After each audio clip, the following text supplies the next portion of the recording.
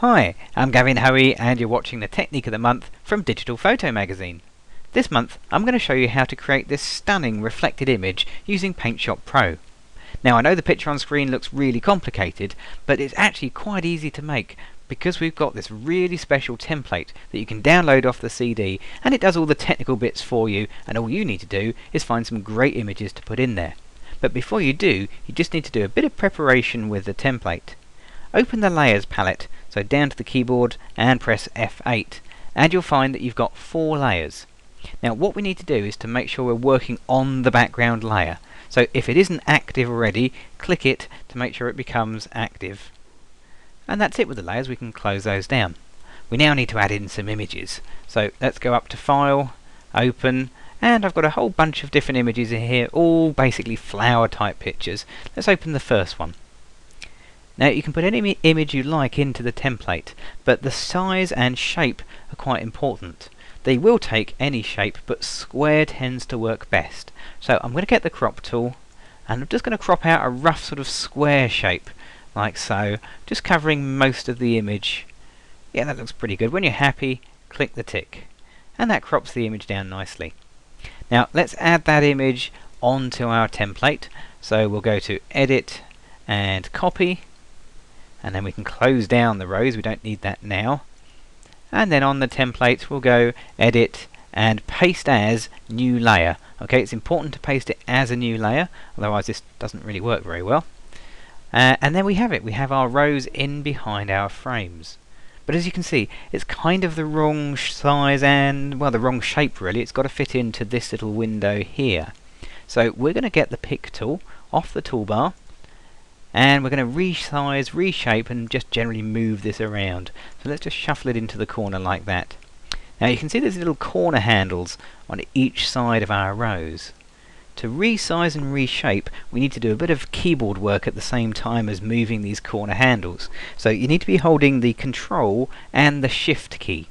And when you do, and you move your cursor up to a corner handle, you can see that the shape of the little box next to the cursor changes, and now I can distort the rows and drag each corner handle in behind the frame. Like so. So we can drag all of them around like that. And that's it. It's resized it so it fits neatly behind the frame. So that's the top bit done, but we also need to do the same for the reflection. Now we're going to use the same image as we've got here, so let's go up to Layers, and then we'll choose Duplicate. And that'll make an exact copy. I need to make a mirror image of that image here, that rose. So let's go up to Image, and now you might be tempted to go for Mirror. I mean, that seems the obvious solution, doesn't it? You're going to make a mirror image, but don't do that. That'll make a mirror image horizontally. We want to make one vertically, and for that you need to go with Flip. So that's flipped the image up the other way. But as I bring it down here, let's not drag that one around. Let's make sure we work on the right one. There we go. Careful with the clicking. You can see it won't fit. The distortion that we put in before doesn't match the frames because we've flipped it over. So we need to go back with the Pick tool, holding Shift and Control, and just drag up that corner and put it into the right place.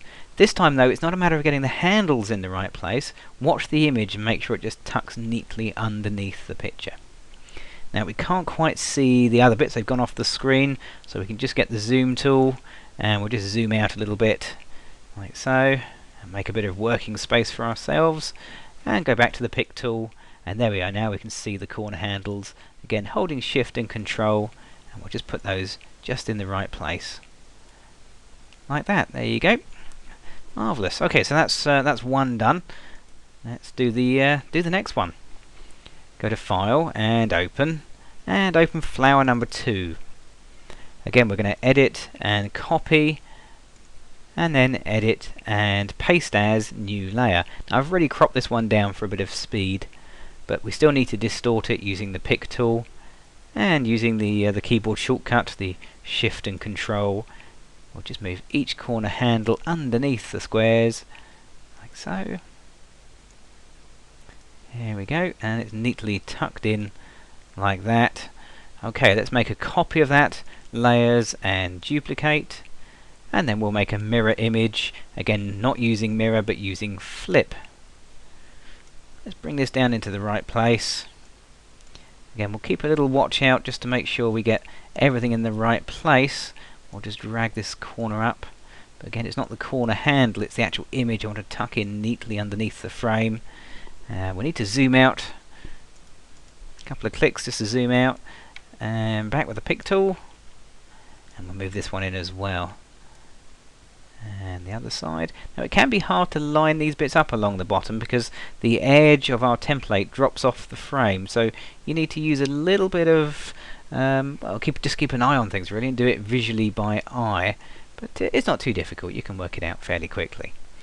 Great, okay, so that's 2 down and 1 to go. Let's open the last one. File and open flower number 3. Edit and copy. And edit, paste as new layer. Back with the pick tool. Let's just distort this up. That's one side. That's 2 sides. And that's 3. And then the last one. Whoops. Of course the last one doesn't want to work, does it? Let's try that again, shall we? Yeah, it's got it this time. Great. Wonderful. That's it. That's in. And then we'll make a copy of that. Layers and duplicate. And then image and flip. And we'll move this down. It's always easy if you can start off with one corner already underneath the frame. Just gives you a point of reference.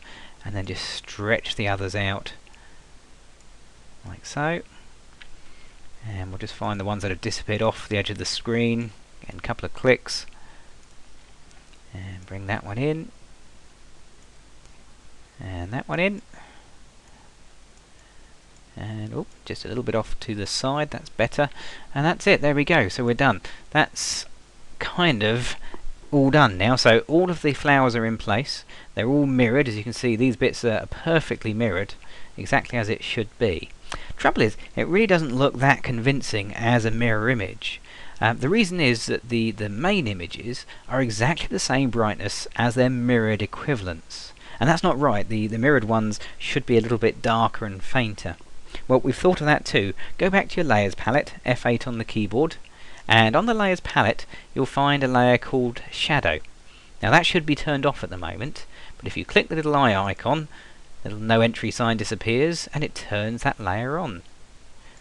Okay, and there we can see the effect. That works really well. It adds a shadow at the bottom of the picture and darkens these reflected images down, and now they really do look like they are on a shiny black polished marble. And you could stop there quite happily. But let's give you a little bonus tip, as we've got room on this CD for just another minute or so. The colour in the background, by default we've added this sort of dark blue that kind of looks quite classy. But if you want to change that to something completely different, you can do that. Go back to the layers palette and scroll right the way down to the very bottom layer, which should be the background layer. Click it to make it active. To change the colour, we're going to go up to Adjust, Hue and Saturation, Hue, Saturation and Lightness. Now this is a great big box that fills almost half the screen, but you should be able to get the idea. Simply by moving the hue around, we can change the colour. So this is what we started with the blue, and this is what we're going to get. And if I put the hue to anything else, you see you can pick a different colour. That's a purpley colour, through to sort of reddy colours. Anything that you can imagine you can get. So if we want a sort of greeny tone, we should be able to find that as well. There we are. You can bump up the saturation, so you can have a more saturated colour, or the opposite of course. So there's a little bit of manipulation you can do to the colouring. But when you're happy, you just click the tick, click OK rather, there it is, I missed it, and that'll add in a different colour to the background. And there you go, you now have a glorious reflected image created.